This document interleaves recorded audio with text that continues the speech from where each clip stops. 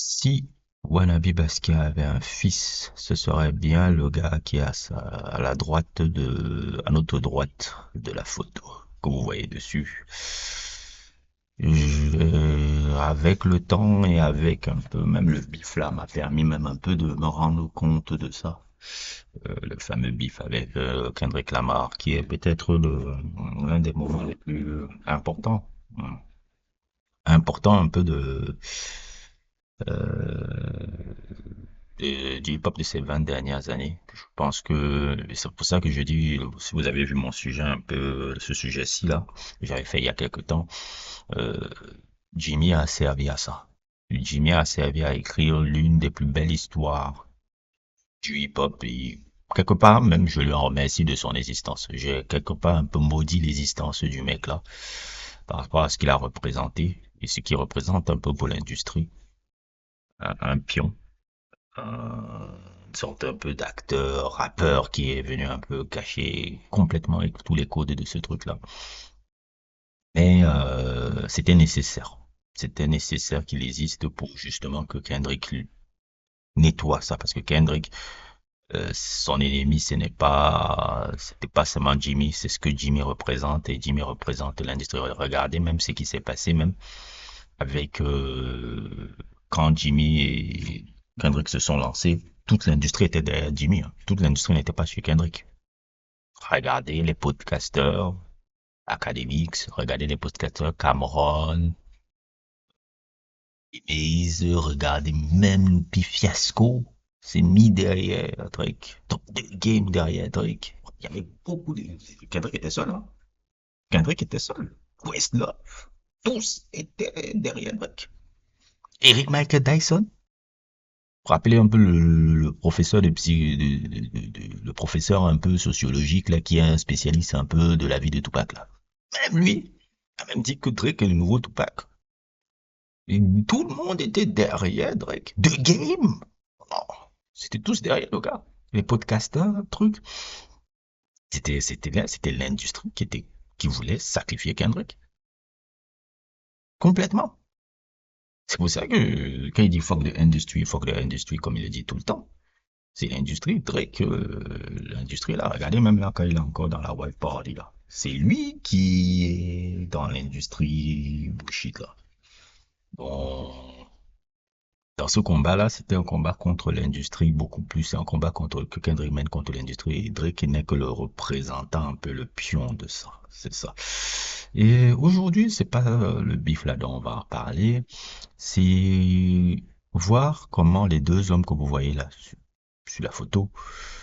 Eh ben, pour moi, j'ai souvent dit, Wannabe Basquiat n'a pas de gars qui le ressemble. C'est-à-dire que j'ai souvent dit, il y a un manque d'impact évident un peu dans la legacy un peu de Jay-Z. Jay-Z a très peu d'impact dans le hip-hop. Je vais dire ça à ses fanboys et autres et tout, ils vont mal dormir. Ils vont mal dormir, ils vont te dire, oh, qu'est-ce que tu racontes, t'es enragé, je ne sais pas quoi. Alors que, dans les faits, c'est ça. Il n'a pas d'impact parce que quand tu regardes les artistes aujourd'hui, ils ne le suivent pas, ni l'étudient pas tellement. Les gens étudient peut-être Jay-Z dans sa carrière de businessman qu'il a faite. Ça, que là où les rappeurs essayent de l'émuler. Mais concrètement, l'artiste Jay-Z n'est pas suivi parce qu'il n'a pas d'identité. Pourquoi? Parce qu'il vole les identités des autres et ça revient un peu à la corrélation un peu avec Drake. Drake est le fils spirituel, Jimmy est le fils spirituel de Wannabe Basquiat. C'est-à-dire que quand tu vois la carrière de Wannabe Basquiat et quand tu vois la carrière de Drake, c'est à peu près la même chose. Maintenant, la forme musicale est différente. Les formes musicales est différente. Et la petite nuance un peu que Wannabe Basquiat, que Jimmy Brooks a par rapport à Wannabe Basquiat, c'est que Jimmy Brooks, lui, il a impacté son époque. Ce que Wannabe Basquiat n'a pas eu. Il a vraiment impacté le hip-hop. Parce que plein de gens ont utilisé comment on appelle ça? Plein de gens ont utilisé sa musique. Regardez le nombre d'artistes qui ont été influencés par Dre, regardez l'impact qu'il a eu sur le truc. Wannabe Basquiat, pas trop. Pas trop. Il n'y a pas des gens. Pourquoi? Parce que Wannabe Basquiat n'a pas d'identité. Je l'ai dit dans mon sujet que je l'avais fait là. Il l'a pas trop et tout. Ça, c'est un peu la différence entre les deux. Mais dans le procédé de leur carrière, c'est similaire. Nous avons affaire à deux gars excessivement similaires. Excessivement similaires. Utiliser les identités des autres, se les approprier et essayer de rentabiliser sur les identités des autres. Parce que le talent de Wannabe Basquiat et le talent de Jimmy Brooks, c'est de vite détecter les hommes brillants autour d'eux. Ça, c'est le talent immense, immense qu'ils ont. Rappelez-vous Drake avec The Weeknd. C'est lui qui repère très vite The Weeknd. Quand The Weeknd était un peu dans ce coin et qu'il le met sur MySpace. Et qu'est-ce qu'on a découvert après, des années après? Take Care, qui est considéré encore aujourd'hui comme le meilleur album de Drake. C'est clairement le premier album de The Weeknd. C'est The Weeknd qui l'a ghostwrité. C'est The Weeknd qui a donné beaucoup d'idées dans cet album-là. Plus de la moitié des idées de l'album, de la moitié des idées qu'on entend dans cet album vient de The Weeknd. Donc a beaucoup puisé de The Weeknd. Et The Weeknd a bien fait de ne pas rester avec lui parce qu'il aurait excessivement puisé la créativité de ce mec. Excessivement. C'est ce qu'il a fait un peu avec les autres gars qui sont signés chez lui, comme un peu, comment ça s'appelle les groupes là, Magic Jordan et Party Next Door. Il a énormément puisé sur ça. Revenons maintenant à Wannabe Basquiat. Wannabe Basquiat, c'est ce qu'il a fait quand il était à Rock a fait là, quand il a amené les gars de State Property. Quelqu'un qui l'a beaucoup amené et qui l'a beaucoup aidé aussi dans son écriture. Quand il était à Rock a fait là. Et ça, je prends même les fans de Wannabe Basquiat, qui est mes millennials qui sont que c'est votre dieu là. Benny Siegel, tous les gars de State Property. Des phrasés de gars de State Property, tous les gars de State Property, la créativité que Jay-Z a eu à un moment donné dans ses phrases et autres et tout là, ces gimmicks là. Excuse me miss. C'était Young Chris qui a inventé ce truc là, qui était dans State Property.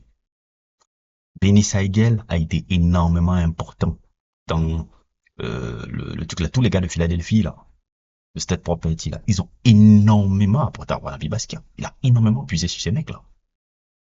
Énormément.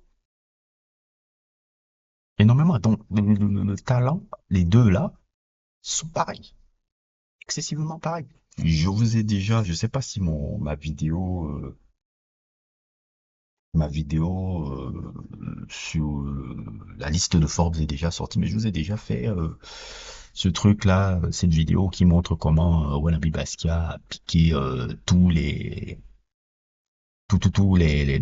coups, les phrasés des rappeurs, les phrasés de Tupac, les phrasés de Nas, les phrasés de Biggie. Alors Biggie, alors mon frère, le gars, lui, là, alors, mon Dieu, il a pompé tout le monde. C'est le même procédé. Ces deux gars-là sont des traders de cette musique-là. Littéralement des Warren Buffett. C'est pas pour rien que je vois ami avec Warren Buffett parce que c'est le même mindset. Warren Buffett, c'est quoi? C'est pas quelqu'un qui crée des sociétés, c'est quelqu'un qui achète des sociétés à bas coût et qui les revend plus cher. Je généralise un peu, mais en gros, c'est ça son procédé. C'est ça son procédé. Et la vérité, c'est ça, Wannabe Basquiat, quoi. Drake, c'est pareil. Regardez sa carrière, regardez comment il avait piqué même le tube là, Hotline Blink. Et il s'inspire de drame avec Chacha. Il était venu se plaindre de ça. Comment on peut encore dire encore quel truc? À un moment donné, il a commencé à se mêler avec les gars un peu de la musique hip-hop anglaise, là, de Grimm, là, qui est le truc là, ça c'est l'influence là qu'il va prendre dans More Life. Il a toujours été comme ça. Jay-Z, pareil. C'est le même procédé. Ils sont pareils. Ils sont excessivement pareils. La forme est différente, mais le fond est pareil. Et aussi, la seule différence, comme je vous l'ai dit, Drake a eu de l'impact. Beaucoup d'artistes ont voulu imiter ce gars-là. Là où Wannabe Basquiat, les gens n'arrivent pas à imiter parce qu'au final, on ne sait pas qui il est. Et c'est un peu ce que le bif entre Kendrick Lamar et Drake révèle au monde de maintenant. Et ça me permet à venir à dire que Wannabe Basquiat a eu énormément de chance, et je pense que lui-même le sait, que les réseaux sociaux n'étaient pas à son époque. Parce que si ça avait été ça à son époque, les dégâts auraient été beaucoup plus violents. Parce que comme je l'ai souvent dit par le passé, le bif Nas, Jay-Z est très similaire au bif Kendrick Lamar, Drake. Ça, c'est un peu le même combat, mais peut-être à des échelles différentes. Comme je m'explique, Nas et Jay-Z, c'était la bataille de New York. Nas, quelqu'un qui représente un peu l'âme de New York, l'âme du hip-hop de New York, l'âme véritablement de cette ville. Nas, c'est New York. Et Jay-Z, qui est un peu l'homme qui est un peu la gentrifie, on va dire. L'homme qui, pour moi, la vend un peu à l'industrie. Parce que Jay-Z, lui, il s'en fout de votre culture-là. Jay-Z, son but, c'est de se faire l'argent sur cette culture-là et de passer à l'étape supérieure pour être avec la bourgeoisie. C'est pour ça que j'ai pris cette photo-là. Je ne fais pas les choses au hasard. Parce que les t-shirts que tu portes disent beaucoup sur ton mindset que tu dis, surtout des mecs comme ça. C'est pour ça que j'ai pas pris, ne croyez pas que j'ai pris cette photo à hasard. Le truc bourgeoisie, à ce qu'il a toujours voulu chercher. La bourgeoisie. Traîner avec la bourgeoisie, et pas que n'importe quelle bourgeoisie, la bourgeoisie blanche qu'il admire. C'est un mec vendu dans l'industrie. Sachez-le, moi je l'appelle Stephen, complètement. Mais qui est très bien déguisé. Et c'est là où Drake un peu ça, c'est un peu le talent d'Achille de Drake par rapport à ça. Le fait qu'il soit light skin, le fait qu'il soit juif, et en même temps noir, on arrive à très vite voir un peu le fait qu'il soit quelqu'un, un pion de l'industrie, là où Jay-Z, ça passe plus subtilement par le fait qu'il soit noir. Mais l'âme est pareille. Enfin, toujours. Et c'est même comme ça, hein. Jay-Z, qu'est-ce qu'il a? Toute sa carrière, c'est quoi? Tap, tube, Rockefeller, Rockefeller, papa, papa, papa, il fonde ça avec Demda, c'est pas lui qui a fondé, mais il était parmi il était le premier artiste du label. Bon, on peut dire, oui, si tu veux, fondateur, mais le vrai fondateur pour moi, c'est Demda chez Karim Burks. Et Jay-Z, qu'est-ce qu'il fait? C'est lui qui fait après que le label soit revendu plus cher. C'est toujours lui qui vend. Tidal, pareil. Pas une truc, une entreprise qu'il a créée, une entreprise qu'il a vue, qui est un truc norvégien ou danois, je ne sais plus. Il essaie de développer des dividendes et après, pap, il les revend. Il les fait toujours comme ça. C'est pas quelqu'un, c'est même pas un gars qui build. C'est un trader. Trader, très, très brillant trader, hein. Mais un trader. Ce n'est pas quelqu'un qui build de forme de scratch. C'est un trader malin. Truc. On sent vraiment l'ancien dealer de drogue, hein. Ça, il est vraiment bon dans ce genre de délire-là. C'est pas pour rien qu'il est arrivé là. Il est vraiment, vraiment bon. Et comme je vous l'ai dit, hein, moi-même aussi, je pense qu'il faut apprendre beaucoup des gens des gens qu'on n'apprécie pas, de qualité, le truc. Qu'est-ce qui les a amenés aussi à la situation là? Et je pense qu'il a un truc. Et Drake, c'est clairement le fils spirituel de ce mec. Clairement. Clairement. Clairement. Drake contre Kendrick Lamar, c'est un peu le même procédé que Nas et Jay-Z. Qui va contrôler la culture hip-hop? Qui va donner le ton? Drake donnait le ton depuis 15 ans. Drake donne le ton du hip-hop depuis plus de 10 ans, 15 ans, pas seulement avec le succès. Et comme je le dis, le succès, c'est pas ça qui est dangereux, c'est l'impact. Quand les gens te suivent, quand les jeunes générations veulent t'imiter, quand les jeunes générations te considèrent même comme leur idole, comme leur dieu, c'est comme un peu Messi et Cristiano Ronaldo. Le dieu de l'époque du foot, c'est pas Messi, c'est Cristiano, parce que les jeunes veulent être comme lui. Quand tu as la jeunesse, tu as gagné, et c'est ce que Kendrick a bousillé. C'est ce que Nas, quelque part, a cassé un peu. Nas a fait que la legacy de Jay-Z ne soit pas pour New York. Parce que quand tu parles de la legacy de Jay-Z, oui, les gens peuvent dire oui, King of New York, mais les gens veulent toujours le rappeler, non, c'est Nas le gars. C'est Nas le gars. Et ce qui a sauvé Wannabe Basquiat, c'est le fait qu'il n'y a pas les réseaux sociaux. S'il y avait les réseaux sociaux, avec ce qu'on voit maintenant de sa legacy, c'est pour ça que la legacy du mec là est très discutable. Je parle en termes musical, hip-hop, mais aussi humainement sur autre chose. Elle est discutable. Bah, il n'aurait pas pu ça, il aurait eu la même chose, la même destinée que Drake. Et en plus, maintenant on va aller un peu sur le volet privé, les similitudes sur le choix de femmes qu'ils ont. Wannabe Basquiat et Jimmy ont le même goût pour les jeunes filles. Je suis désolé de dire ça, ça paraît dangereux ce que je vais dire, mais ce sont des faits. Quand vous regardez le curriculum vitae amoureux de Wannabe Basquiat, c'est très particulier. Quid de Foxy Brown, quid de Rosario Dawson, quid des rumeurs avec Rihanna, quid des rumeurs avec Rita Ora, Beyoncé à l'âge de 18 ans. Drake, vous avez vu, Millie Bob truc, tous ces trucs de party qu'il fait avec les jeunes filles dans des trucs fucked up, hein. Très similaires, les deux personnages excessivement similaires dans le mindset. Qui ont eu aussi leur part de bif entre eux, hein. Surtout après le truc de Tidal, parce que Drake devait être à Tidal, et après il avait refusé, il avait pris peut-être le contrat d'Apple qui le payait plus cher, il ne voulait pas les trucs, il a même eu raison de ne pas signer ce tarnac qui était Tidal. On le voit aujourd'hui. Et Wannabe Basquiat, elle a un peu voulu à son coco ici, là. Et Wannabe Basquiat a aussi un peu une jalousie par rapport à Jimmy, parce que Jimmy, faut comprendre que Jimmy, lui, il a eu le succès très tôt, hein, dans son truc. Et Wannabe Basquiat n'a pas eu le succès très tôt dans sa vie. Il a eu le succès à partir de l'âge de 30 ans, hein. C'est pas venu rapidement, hein, Wannabe Basquiat. C'était pas un jeune premier, hein. C'est venu très tard. Très, très tard. Même quand ils sont Reasonable Doubt n'a pas de succès. C'est venu tard. Donc, il y avait un peu ces rivalités entre les deux. Très, très, très beaucoup de similarités entre ces deux personnages. Beaucoup de, beaucoup de similarités. Beaucoup de bails bizarres. Deux personnages que je ne porte pas forcément dans mon cœur.